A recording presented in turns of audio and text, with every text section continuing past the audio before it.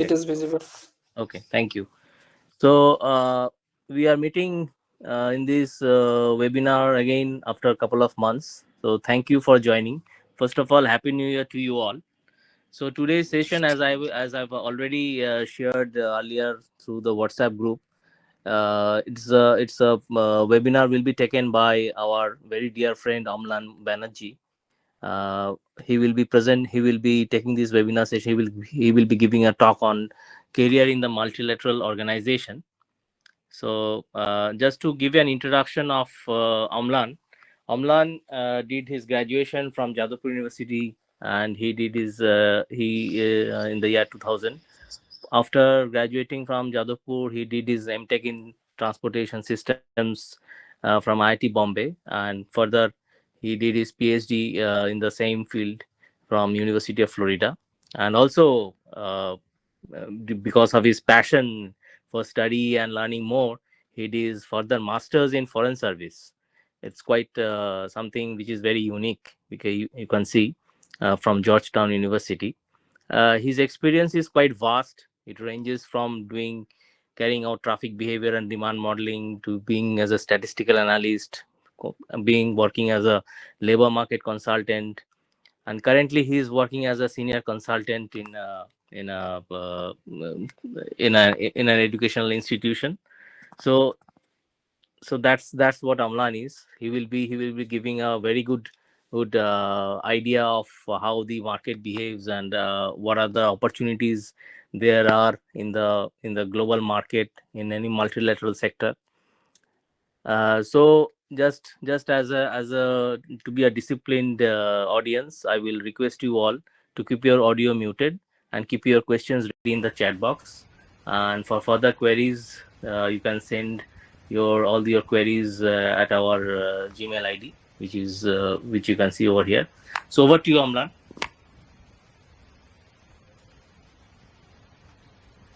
Right.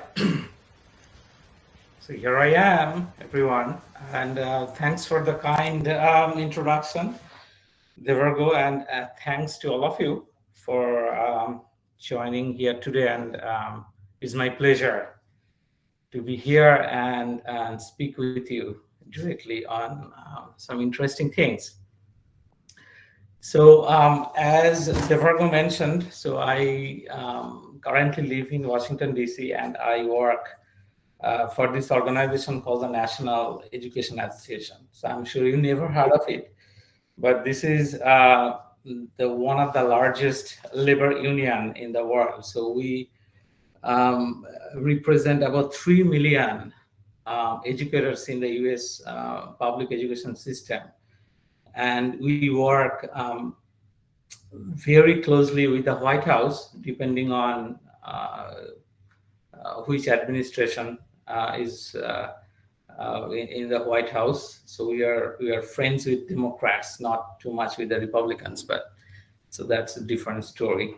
And we also work very closely with the U.S. Congress and as well as various federal agencies like the Department of Education and Department of Labor and on various education policy issues. And internationally, we also work with our counterpart organizations, mainly in the OECD countries in Europe, and increasingly we are building coalitions in the Latin American and the South American countries. Um, so, so that's basically the background. So I do the analytical groundwork to help inform some of these policy decisions. And after graduating from Jadavpur, I spent about 10 years in the transportation industry before I felt drawn to public policy, and that at the time I kind of made a career transition. But I must say this, my work has transformed over time, and as many other fields, the quantitative social science that what I work on currently has been going on transformations as well because of the applications of AI and the machine learning, techniques and things like that. So those, new computational techniques are complementing and in some cases they're replacing traditional statistical methods. So I had to adapt to changing, uh, circumstances in my I think in my area.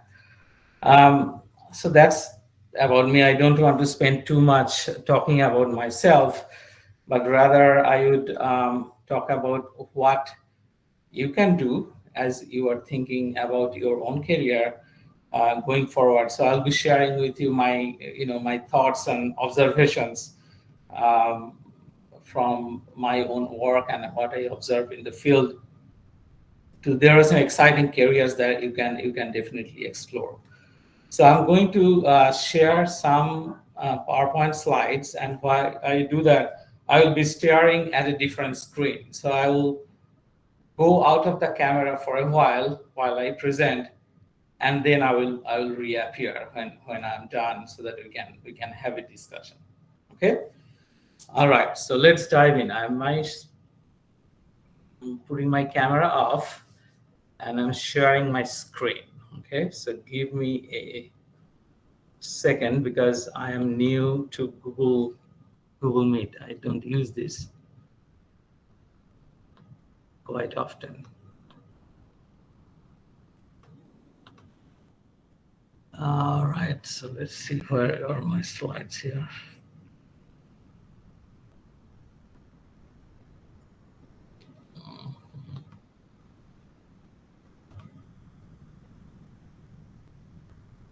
Okay, here we go. So I hope you can see my screen, right? Yes? Yeah, it's visible. Okay, all right. All right, so what I'm going to do, I'm going to start by talking about career in transportation systems engineering. Okay. So transportation systems is it's really an interdisciplinary field, and it cuts across various other areas you will see. But what I have seen is that broadly speaking, you can divide the entire transportation systems into four tracks. Okay. So the one, two, three, four, I listed these four tracks, and definitely they are not saying, okay, one track is more important than the other. It's just like bullet points. Okay. So the first one is the travel-driven modeling and forecasting. So that was my area. So that's where I was trained on. Sorry to interrupt you, Amlan. We are only Yes. seeing the first slide, the cover slide. Oh, really? Yeah.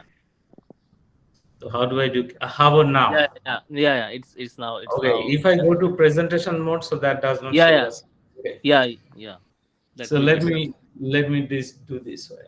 All right, so travel-driven modeling and forecasting. So that's one area, and then you have transportation policy and planning, and most of you are familiar with traffic engineering, highway design, and the pavement engineering because some of those things are taught as part of undergraduate curriculum. That um, I may be wrong, but at least from my experience from Jalapur. So some of this from some of the stuff in those two areas.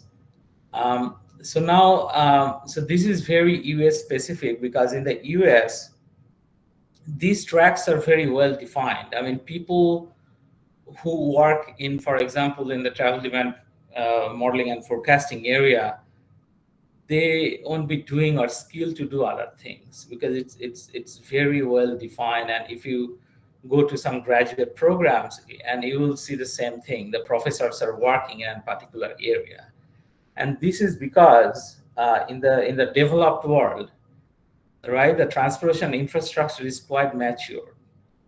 So we don't see a lot of construction going on, like building new bridges and new highways and things like that, as you see in India.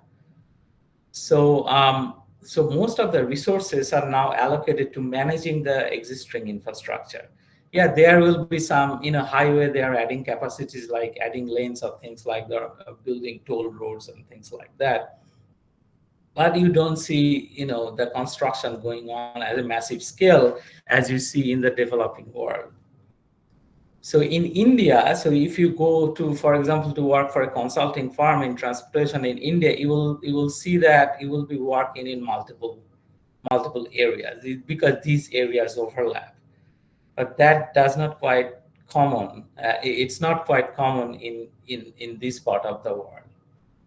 Okay, so let's see, what um, these track are involved with. Okay. So the travel demand modeling and forecasting. So this particular field focuses on predicting future travel pattern and travel demand. So this particular track um, has heavy application of something called the econometrics. So what is econometrics? Econometrics is a field where we build statistical models, but that are based on um, economic theories. Okay, so and as you can see, so I put down some disciplines there, and in each of this track, because you will find people working in this field with backgrounds, because you will find economists, of course you will find statisticians, there is operation research and geographic information system. So you will be working with people, having these backgrounds. So it's really multidisciplinary area, and I had colleagues from all walks of life. With, of course, it's a very strong quantitative background who come and work in these fields. So you will learn a lot of predictive modeling and all kinds of statistical stuff that go into this field in this particular track. And then you have transportation policy and planning.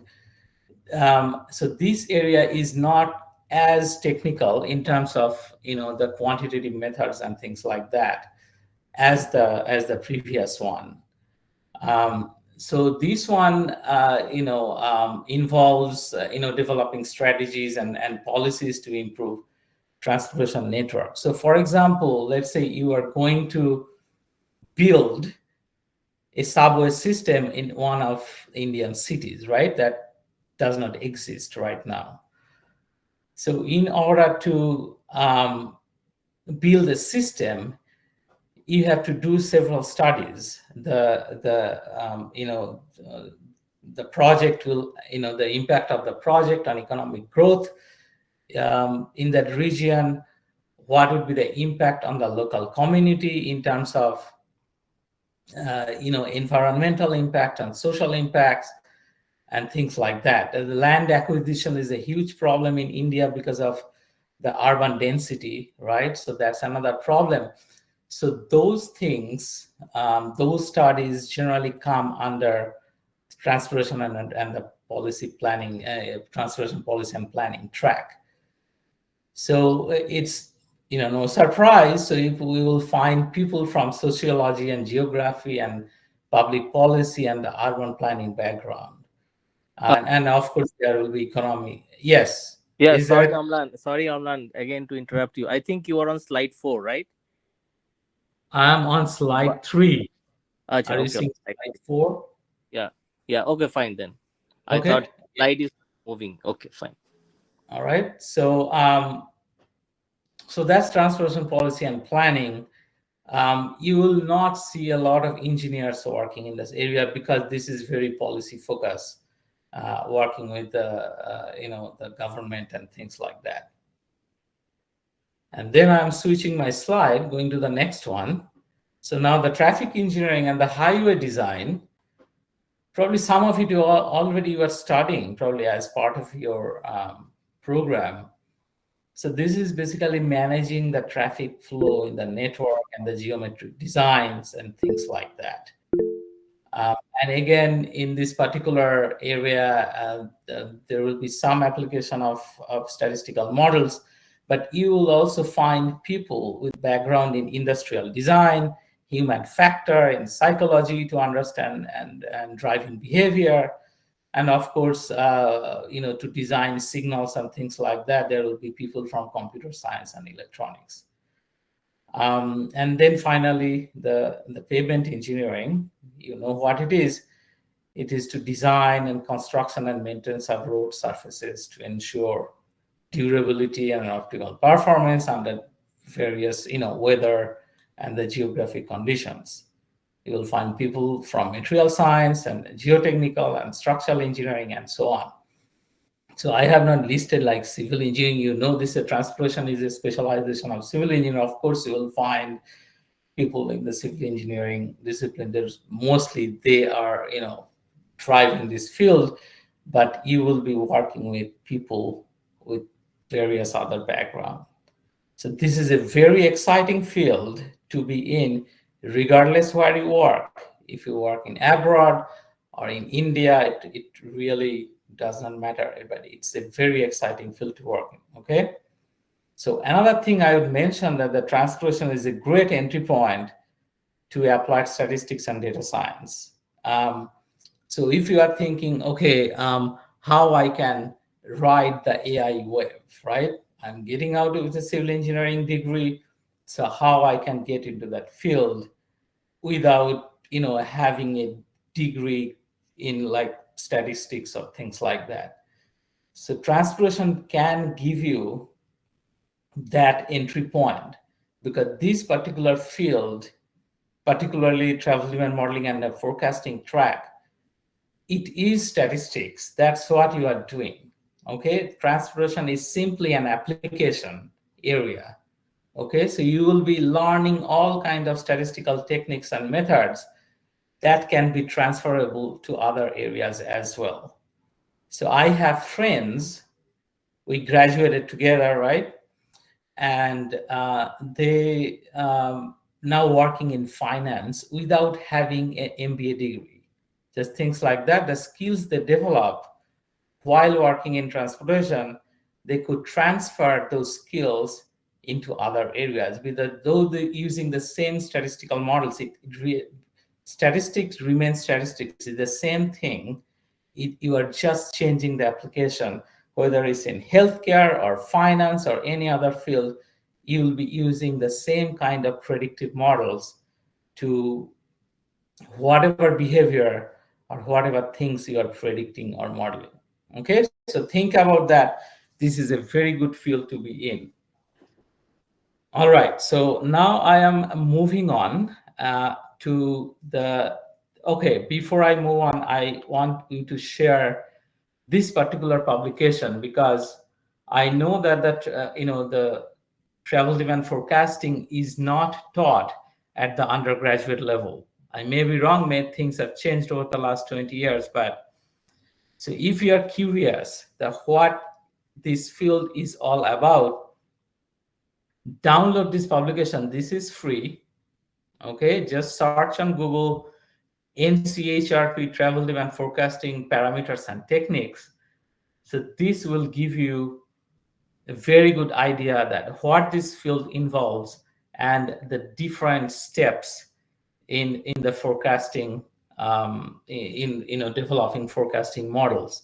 So this publication is considered still a gold standard, even though it's kind of like 12 years old now, but still it is considered gold standard in the consulting world. In practice, people follow these guidelines to validate their models and things like that. So I had the privilege to be a lead author of this publication. So when I was working in the transportation field, so we got the contract to write this book. Okay, so as you will be reading, so you will find a part of me in those pages. Okay, So I highly encourage you to take a look at this guidebook. And also there will be other similar NCHRP, the National Cooperative Highway Research Program, or something like that, that it's called. And they publish guidebooks for other fields as well. For example, if you're interested in transportation policy, there will be a guidebook on that. If you are interested in pavement engineering, there will be a guidebook. So they have so many publications. You can go through those um, based on your interest. Okay, and these are all free. It's free to download. All right, so let's move on to the main the objective of my presentation is thinking about working in multilateral organizations.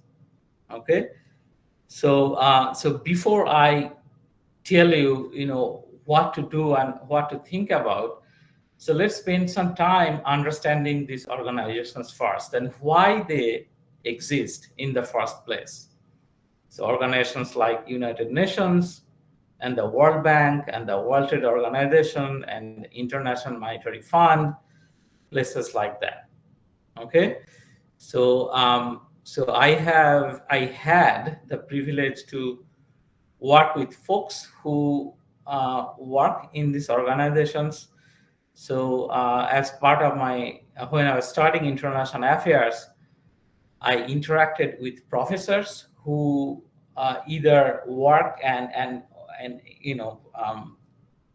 taught part-time at Georgetown. Some of them got out those or from the organizations and became the full-time professor at Georgetown. So I know these organizations very well because I interact with these people all the time.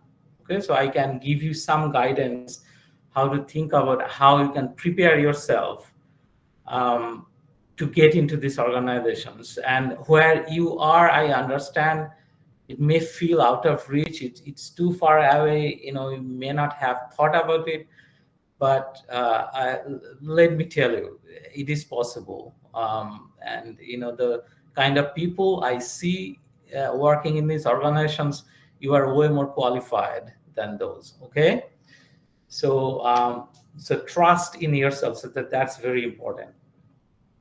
All right, so multilateral organizations. So what's the history? So if you're probably too young, but the Second World War, when the Second World War ended, that also meant the end of the colonization, right? So United States became the superpower at that point, and there was a consensus that we need to develop the low and the middle income countries that were exploited for hundreds of years by European colonists, right? And that's why these organizations were formed. So these organizations were formed to basically to come together so that they can work together on some shared challenges. So one of those challenges were how to develop these so-called third world countries, right? How to support them, how to give them low interest loans so that they can develop their own countries and alleviate poverty and things like that. So built on that idea of collaboration and mutual benefit, so these organizations focus on keeping international peace, boosting economic growth in those countries, and protecting human rights. So nobody thought about human rights before that. After the persecution of Jews during the Second World War, so that kind of shook people, and then the human rights should be the part of the agenda of what we do globally, right? So these organizations provide a space where the nations can come together to solve big transnational problems like climate change, right? That not a single country can handle by itself. So that's why these organizations still exist, and they are still relevant to solve global problems. So there is a conflict, these countries come together and try to negotiate, some peace and stop more carnage, right? So that's basically the purpose of these organizations. All right. So one more thing I also would like to mention is when you work in projects that are funded by organizations like World Bank or international aid organizations, or the agencies in each developed country, you have an agency so that provide funding for development projects in the low income and the middle income countries. So, for example, in the US, we have the US Agency for International Development, right? It is like kind of the like World Bank, but it does other things. But when you are involved in a project, so that is being financed by any of these organizations, um, you will find that the nature of the projects and how it is handled is quite different from a project that is funded by maybe the local government or the private sector. So you will find that the World Bank funded projects must aim at promoting economic development. It must address poverty reduction.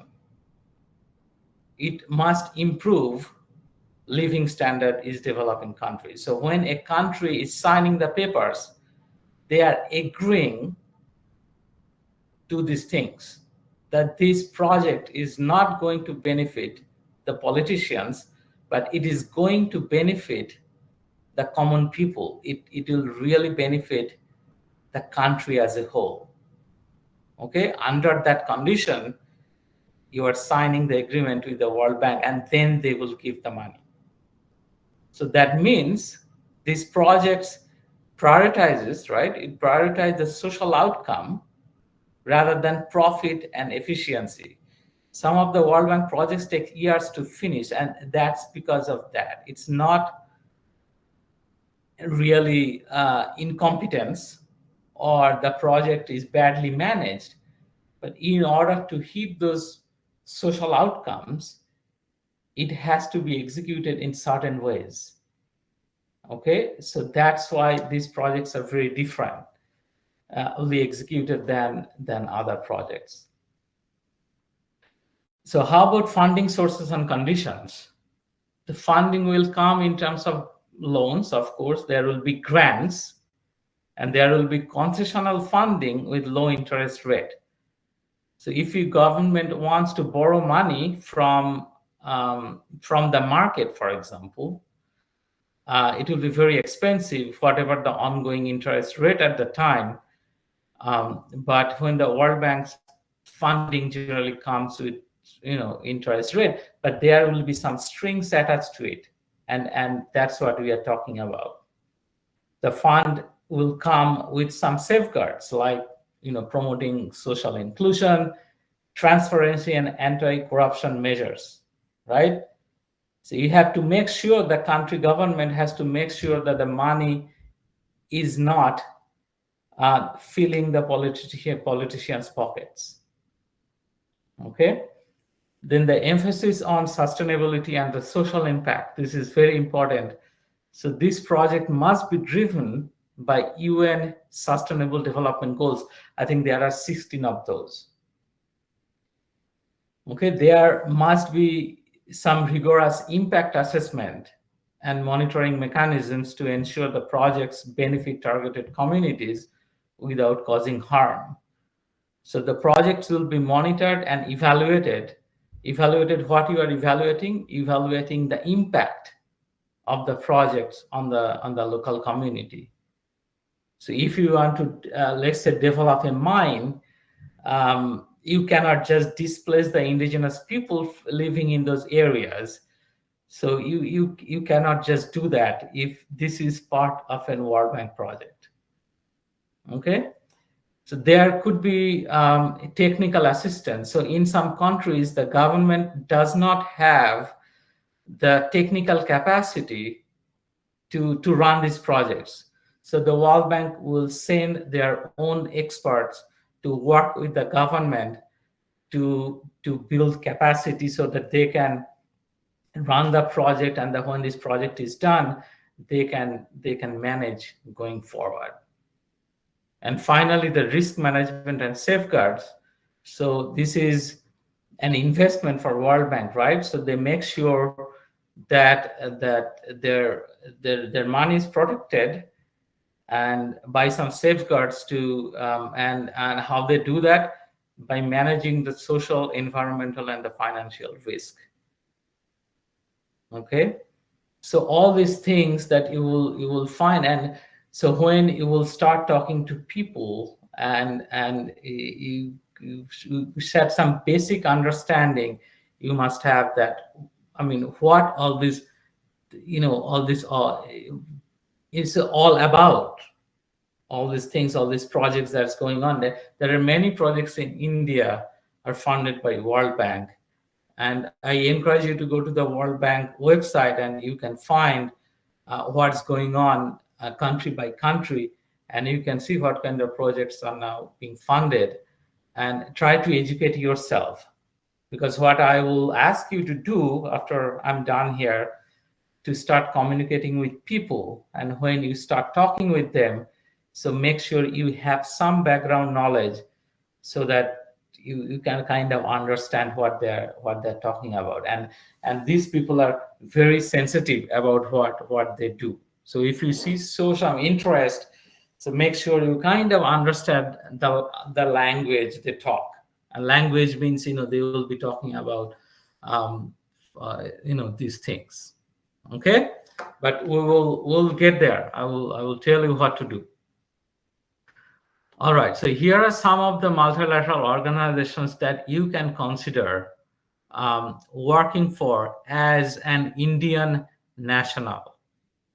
Okay, so in the multilateral organizations, there are some member countries. So these organizations are basically the organization of countries, like different countries in the world. And the India is a member country for all of this: the World Bank Group, the International Monetary Fund, and all these UN organizations, and you have World Health Organizations. And you are thinking, well, I'm a civil engineer. I'm coming out with a civil engineering degree.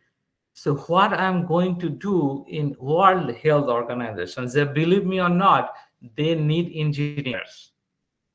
So World Health Organization, they just not only ships vaccines all over the world, they need to build health infrastructure, maybe in Africa, right, in Latin American countries, and they need engineers, people with technical know-how, who can work on those projects. Or maybe you will be working for some consulting firms that work for or hired by World Health Organization. So it's there are opportunities in all of this, even in Red Cross. So there are engineers in Red Cross. So believe me or not. Okay. So now, as a young engineer, when you are graduating right now, so there are several ways you can enter these organizations. Okay. So one would be an internship. And each organization has they're like large bureaucracies, and they have different ways of hiring folks. So internship would be one.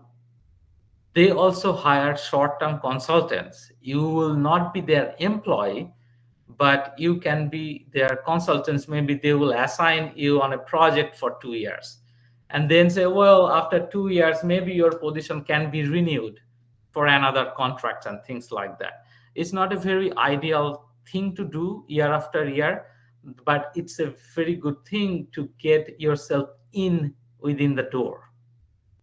Okay. But what I'm going to focus on today is the Young Professionals Program. So that's a career track. You are going to be an World Bank employee, or you are going to be an employee of the Asian Development Bank if you get into that program. So generally, the short-term consultants, generally they hire people with some work experience, so they do not have to train those people. You will go there, and from second day, you kind of doing your own thing. Okay, so it's hard to get a consultant positions right now because you're graduating. You really do not know anything about those organizations yet. So, but let me talk about the young professional program, okay, and how you can prepare yourself. So Yes. let's start. Sorry, Amlan, just to interrupt. Yes. Sorry to Mhm. interrupt you. We have got another 10 minutes before we start the Q&A session, and All right. So I will go a little faster. Okay. yeah, thank you. All right. So Asian Development Bank, and you know the headquarters in Manila, Philippines, is close to home. So they have an young professionals program. And this program, as you can see, that they want a 3 years of professional work experience before you can apply. So you have some time to prepare yourself for this program. And other than that, as you can see, you're very young, you are not yet 32 years old, and so on. So you have some time to prepare for these programs. Okay. And I will tell you what to do between now and when you apply. But definitely think about these things. So you go to Asian Development Bank, and there is a website, and they will tell you generally what really happens, what the timeline, and what's the selection process. But you don't have to do that right now because you have time, because you need to build your background first before you apply, but definitely something that you keep under your radar. Same thing with World Bank. They have a young professional programs track, and they hire engineers for this.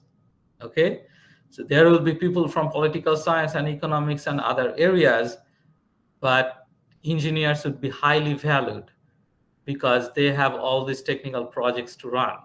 So definitely watch out for these things. And as you can see, they want a graduate degree. There's a master's and a PhD degree before you can apply. So again, you can prepare yourself, even though if you go to industry or go to a master's degree program, so you have some time to build your portfolio, okay, before you can apply. So keep these two things in mind. You can see that in the World Bank, they have different tracks where they hire young professional programs. Maybe you have to choose which track you want to apply for. So as you can see, there are some tracks that are directly related to civil engineers, like transport, urban development. You have under planet, you see water, if you're interested in the water resource, so that's something you may consider. There is climate and environment. If you want to go to the environmental engineering, for example, so you can make a connection to those tracks. And if you end up in software industry, that's fine too. So there is something called the digital transformation, because a lot of things happening in that area as well.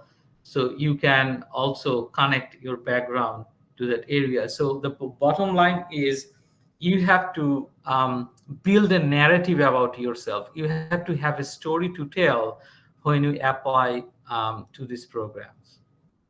Okay. All right, I'm going a little faster than I did not realize I'm running out of time. But so here are the sum of the in between. So for example, if you're thinking about working right after graduation, and if you are interested, it's something that appeals to you, the international development sector. So here are the some of the companies that I listed that operate in India. Some of the names are familiar with you, but make sure when you apply or reach out to people working in these companies, make sure that you have people who are working in the international development sector. For example, Deloitte, they do like everything under the sun, but they have a quite robust business line that focuses on international development. Okay, they might be working on World Bank projects or the UN development program projects and things like that. So make sure that you are on that track, not doing something else. So on the left column, right, those are the big companies. They do all kinds of things. And then you have some international development consulting firms. Those are listed on the right side.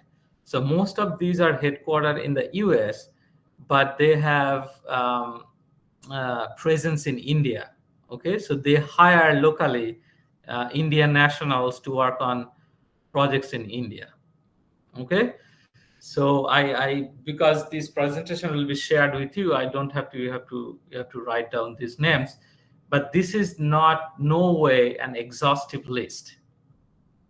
Okay, these are some of the companies that came to my mind, but you can always search on Google, what companies in India operating in the international development sector. You will find many other names. There are global think tanks. If you're kind of researchy person, like to do research, World Resources Institute is the top one. They hires a lot of transportation engineers to work on their transportation projects. Okay, and there are others, may hire engineers as well to work on infrastructure stuff, because the infrastructure policy is a big thing. Okay, so many these research organizations, they want to expand in the infrastructure area. So that's one thing. All right, so what should I do next, right? So all these things sounds excellent on the slide, but how I can prepare myself? So my advice would be, stay in civil engineering discipline if you can. But you remember that when you apply for these organizations, they look for your track record, right? And that will tell them whether you are really motivated or you are kind of exploring whether something is good for you or not. So if you stay in the civil engineering field, regardless whatever track you take, either it's transportation or structure or environment and geotech or whatever, it really does not matter. Try to build a portfolio that leads to what you are going to do in 4 or 5 years. Okay, always keep that in mind. Do not think short term. Okay, think long term, and believe me, it will pay off, because you are developing yourself towards a goal. Okay, so next, what you do after we are signing off, you start contacting people in India who are working in the infrastructure sector of international development. Okay, send those emails, try to get in touch with these people working all those organizations that I listed, particularly the operating in the private sector. Okay, try to build connections, try to learn from them what they're doing. And very important, I put that in red, in your first communication, do not ask them about any job opening. Okay, that upsets the people hell out of them. So do not do that. Your first communication would be, hey, I am this graduating from this university with a degree in civil engineering. I am exploring a career in international development. Can you give me some advice how I can prepare yourself or what you are doing in your organization? So I'm interested in learning what you are doing. Do not ask about, hey, do you have an internship position available, or are you hiring a full-time position? Do not ask, because this is implicit in your email that you are interested in working in their company. but you do not have to mention that.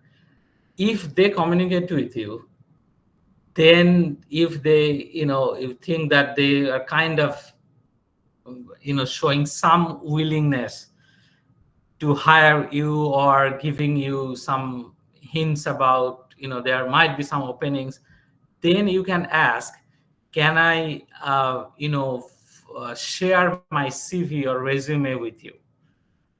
Okay, so very gently you build a rapport with these people. They may not respond to you immediately. It may take some time because these people travel a lot. Okay, so be patient with them.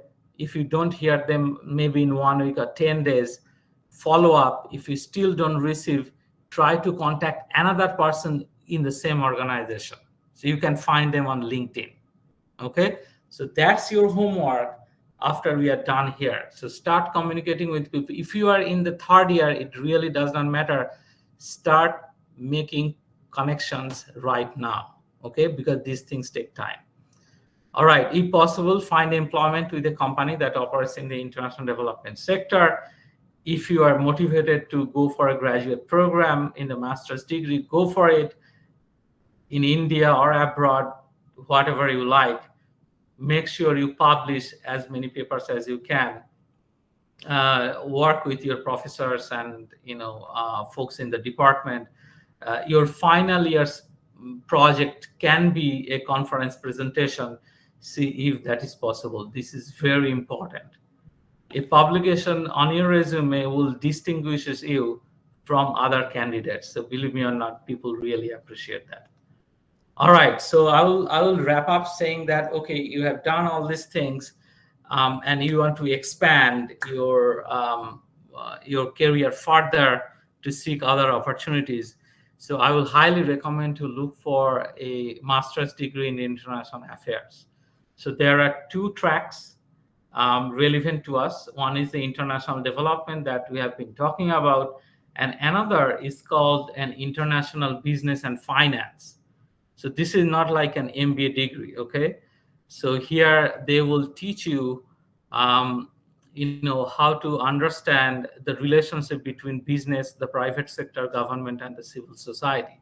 It's a very important skill to develop.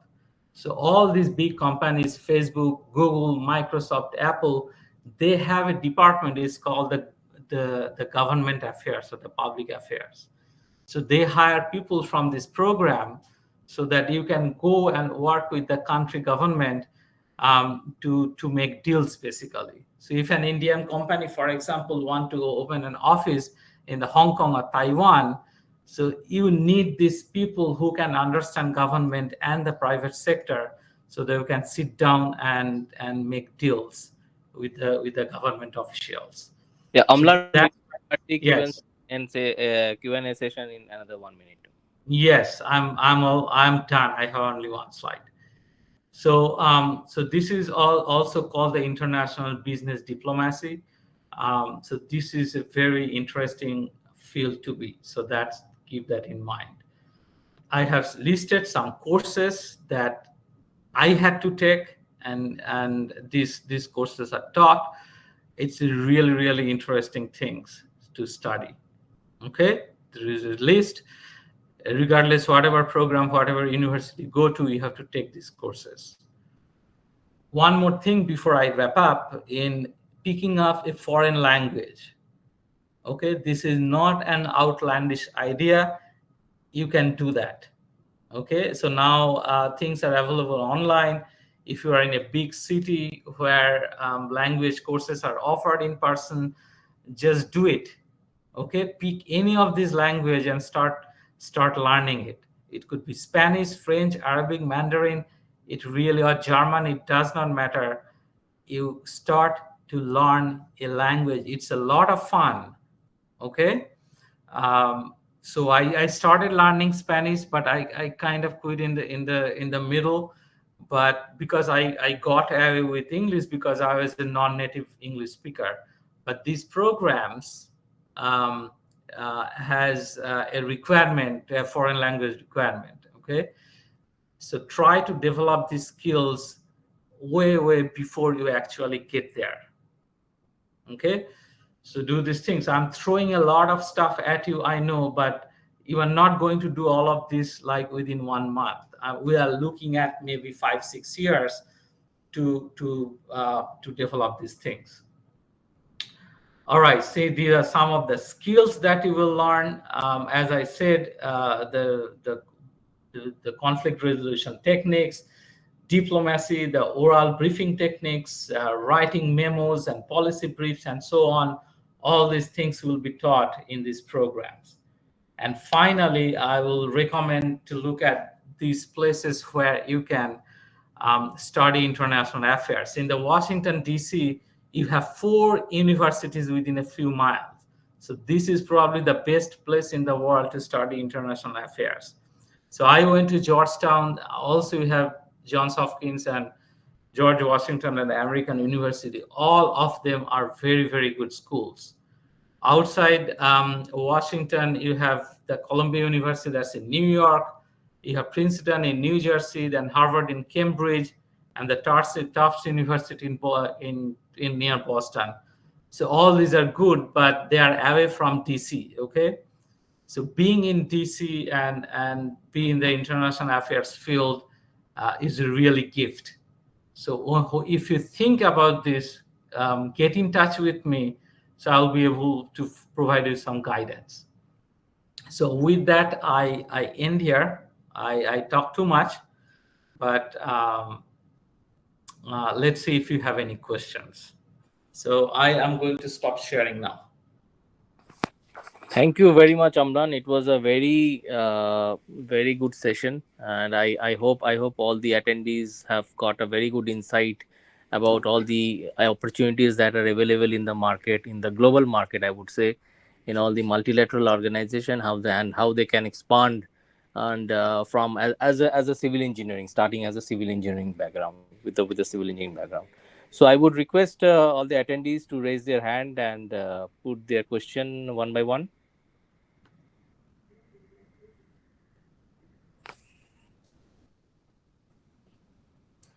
Yeah, ask question. Yes, go ahead.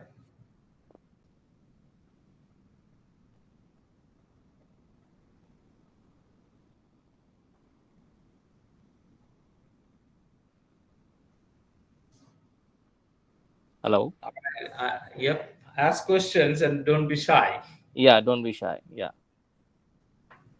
you You can can, also ask what are the opportunities available in the US universities, or how you want to get into it. You can ask these questions also, whatever it is coming in your mind, and can help you. yeah. I mean, I can speak to that. If you are interested in getting into a master's and a PhD program, as you have to take GRE and all that stuff. So those are GRE and TOEFL as part of the application process. But what I encourage you, first you figure out what you want to do. Okay, so let's say if you are interested in transportation, as I said, um, there are tracks, right? So let's say if you are interested in travel demand forecasting, for example, um, uh, you have to communicate with the professors first, because you need to get some funding, right? So you, and generally they first, they will ask, do you have a GRE score? So try to get that one first, because otherwise they will not take you seriously. So take GRE, and if you are satisfied with the score, and then you, when you are communicating, sending that email that I'm interested, and are you, taking any graduate students or not? So they will ask for your GRE score, because this, the GRE score will determine, whether you are going to get a graduate assistantship or not. Because when they give money to students, so they look for that's their way of selecting students. That's why they will ask you, okay, what is your GRE score, right? So make sure your quantitative score is high. So that's probably more important than verbal. But of course, you should not have an awful verbal score as well, like I had. So so that's that. So have your GRE score ready, and then start communicating with different faculty members and see who is hiring graduate students and who has funding and not. Right? So you cannot like come here without any financial assistantship. So that's important. So that's something you have to do. So you can take your time. You don't have to do that right away. If you find a job, just start working, and on the side you can prepare for that. So you really do not have to go to school again right after graduation. You can take a few years break. That's fine, and your work experience will be valued as well because Okay. they will. Yeah. So Arindam has one question. How is this autonomous vehicle impacting the economic policy in transportation? Is it a game changer in the coming days? What is your thought on that? Yeah, well, I mean, yes, it the autonomous technology. But it's not uh, taken well by policymakers yet, because I think the California is probably the only state now where those vehicles are permitted to be on the road. But yeah, but the problem is the US infrastructure, the road infrastructure is not ready yet to roll out these vehicles, on the road, because the the way the roadways are marked, and in some places it's really messed up. So I don't think it will immediately happen, but in 10 years, who knows. But the infrastructure has to be improved first, because before these vehicles can operate um, more safely on the road, because we have several instances of accidents and things like that. So that's my and that's how I see it. But yeah, if that happens, that will definitely change mobility. People uh, with disabilities, and particularly the elderly, they can rely on these vehicles. They don't have to drive and things like that. So So what are but the I opportunities? don't. What is your take that what are the opportunities that is there for the current students to make a career out of it? Is there any, or all are the opportunities coming up?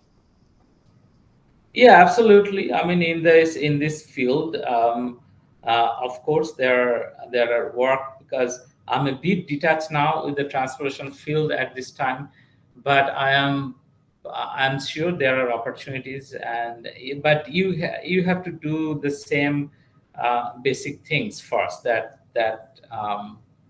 I did. But unless you are coming from the computer science or mechanical engineering and things like that, where you will be working on those, developing those, building those vehicles. But if you are thinking about, how I'll be working on, how that, the autonomous vehicles are going to impact the travel behavior and the travel pattern. So that means you have to get into the transportation field and doing the same sort of things that probably I did 10 years ago. Uh, Probably that's what I don't think there are opportunities, but I'm not exactly sure that what you mean when I say that, when I want to work on like autonomous vehicle. You want to like work on building those vehicles, or what exactly you have in mind? Yeah, no, not exactly like building those vehicles, but it will, as you rightly mentioned, like the roads are not yet ready, fully ready, Right. right? So that is what it is. Like your road also have to be quite smart to enable those autonomous vehicles to run quite safely, right? And Yeah. safety is the only priority that should have for any transportation engineers in the world. Right. Right. Right. That is the first and the foremost thing. Yeah. So you have answered that question, I Yeah, guess. I mean, yeah, of course, there are companies that are working on developing those things, but yeah, there are some pockets because they are installing smart signals and all those things, and I see that it's happening, but there are opportunities, of course, there. But that you are talking about, like in the the traffic engineering track. Yeah. Yeah. Right. Yeah, so of course, yeah, those things are happening, and there will be opportunities as well. So when you start exploring different things, and you can see that when the different professors are working on what kind of projects, so that will give you some idea, that what's really going on, and where the funding is coming from, to fund those research. In the federal, there are some federal research centers here. There are research centers that are funded by federal government, so they do a lot of research in those things before this technology is made available to the industry. But generally, the hiring process, they generally hire like U.S. citizens, because that's a federal government position. But the professors, the university faculty also work with them. So if you're interested in those things, try to find people who are working in those areas and Yeah. get into those graduate programs. Look at Virginia Tech. Okay, so they are very strong in the traffic engineering area. They do a lot of technological stuff. That's one university that comes to my mind. So look for that, and similar other places where you have Yeah. those kind of labs and the programs that are working in that area. I have one question for you, Amlan. Yes. You have mentioned like the opportunities of the civil engineers in the organizations like World Bank or Asian Hmm. Development Bank, Yes. right? Hmm. Because I also know these opportunities are quite available. Even in Hmm. India, also they look for like consultants Yes. with mainly in the transportation or in the environment or in the social background, right? Yeah. Mhm.